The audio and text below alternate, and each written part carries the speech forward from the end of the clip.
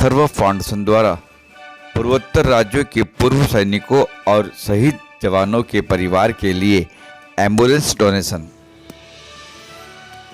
देश की रक्षा में अपना सर्वश्रेष्ठ बलिदान करने वाले सैनिकों के कल्याण के लिए कार्य करने वाली संस्था अथर्व फाउंडेशन द्वारा पूर्वोत्तर राज्य के सैनिकों और उनके परिवार के स्वास्थ्य कल्याण के लिए एम्बुलेंस डोनेट की गई। कारगिल दिवस के अवसर पर राजभवन में आयोजित कार्यक्रम में बोरीवली के विधायक और अथर्व फाउंडेशन के अध्यक्ष सुनील राणे की उपस्थिति में महाराष्ट्र के राज्यपाल रमेश बैस ने असम और अरुणाचल प्रदेश राज्यों के राज्य सैनिक कल्याण बोर्ड को एम्बुलेंस भेंट करके पूर्व सैनिकों तथा शहीद जवानों के परिवार के कल्याण के लिए अपने संकल्प को इस वर्ष भी पूरा किया। देखिए मुंबई के राजभवन से हमारी यह खबर।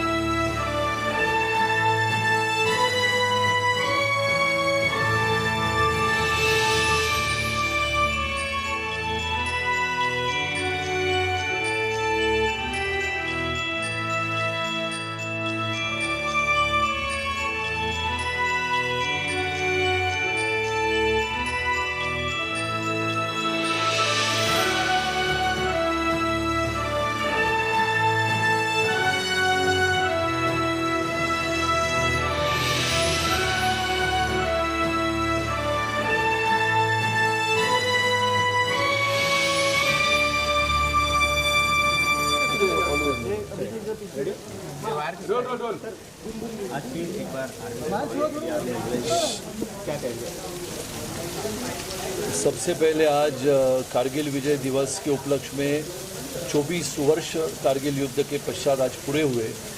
सबसे पहले मैं इस हिंदुस्तान के भारतीय सेना के तीन ही दलों के जाबाज शूरवीर योद्धाओं को, जिन्होंने अपने प्राणों से इस हिंदुस्तान की भूमि को सुरक्षित रखा और कारगिल में विजय दिलाते हुए इतिहास रचा, ऐसे हमारे शूरवीर योद्धाओं को श्रद्धांजलि अर्पित करता हूं, जिन्होंने अपने प्राणों की बाजी लगाते हुए हिंदुस्तान को इस कारगिल युद्ध में इतिहास रचते हुए अपने प्राणों का बलिदान दिया। ऐसे शूर योद्धाओं को नमन करता हूं।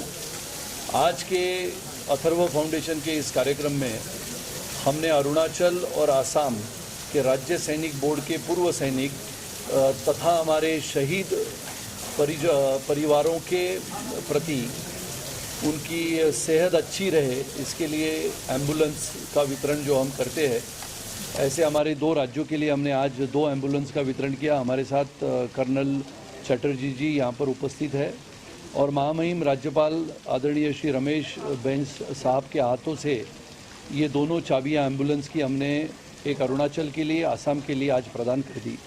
वैसे तो अथर्व फाउंडेशन ने पहले सिक्किम के लिए, फिर नागालैंड के लिए और मणिपुर के राज्यों के राज्य सैनिक बोर्ड के लिए हमने एम्बुलेंसेस प्रदान की थी। पूरे भारत भर में शहीद जवानों के बेटियों को पढ़ाने के लिए आधुनिकता से हमने सभी बेटियों के घर तक लैपटॉप पहुंचाने का काम किया।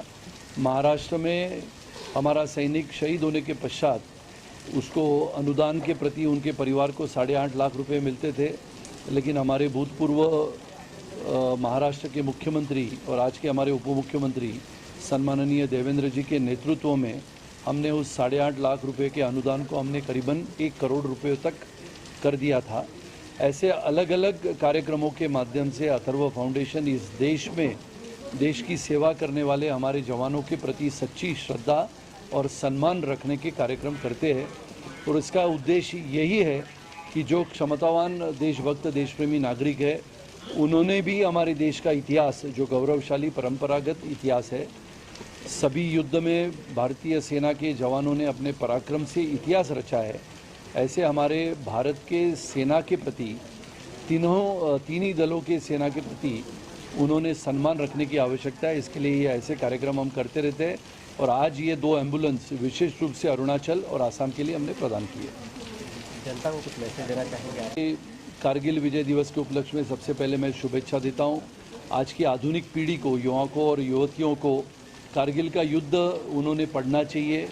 उसके पुस्तक में जो इतिहास है उसको पढ़ के अपने देश का जो इतिहास है, कारगिल का युद्ध का इतिहास है, 24 वर्ष पहले जिस युद्ध का इतिहास लिखा गया और ऐसा वर्णन है कि पूरे विश्व में सबसे ऊंची चट्टानों पे, बर्फीली ठंडी ऐसे पहाड़ों पे ये युद्ध लड़ा गया और ये महाभयंकर, भीषण और बहुत ही अद्भुत ऐसा युद्ध हमारे भारतीय सेना के जाबाज जवानों ने लड़ा। 527 अपने सेना के जवान अधिकारी इसमें शहीद हुए और ये युद्ध का वर्णन तो ऐसा है कि अद्वितीय युद्ध करीबन 19,000 20,000 ऊंचाई पर, पहाड़ों की ऊंचाई पर लड़ा था। और ऐसे हमारे जाबाज शूरवीर जवानों का इतिहास हमारे आज की आधुनिक पीढ़ी ने सोचना चाहिए, पढ़ना चाहिए। और आदरणीय प्रधानमंत्री श्री नरेंद्र मोदी जी का भी मैं अभिनंदन करता हूं कि जिन्होंने आधुनिकता से बढ़ते हुए हमारी देश की रक्षा और रक्षा विभाग को जिस आधुनिकता से बढ़ाने का प्रयास किया है, इसके लिए आज हमारे भारतीय सेना गौरवान्वित महसूस करती है।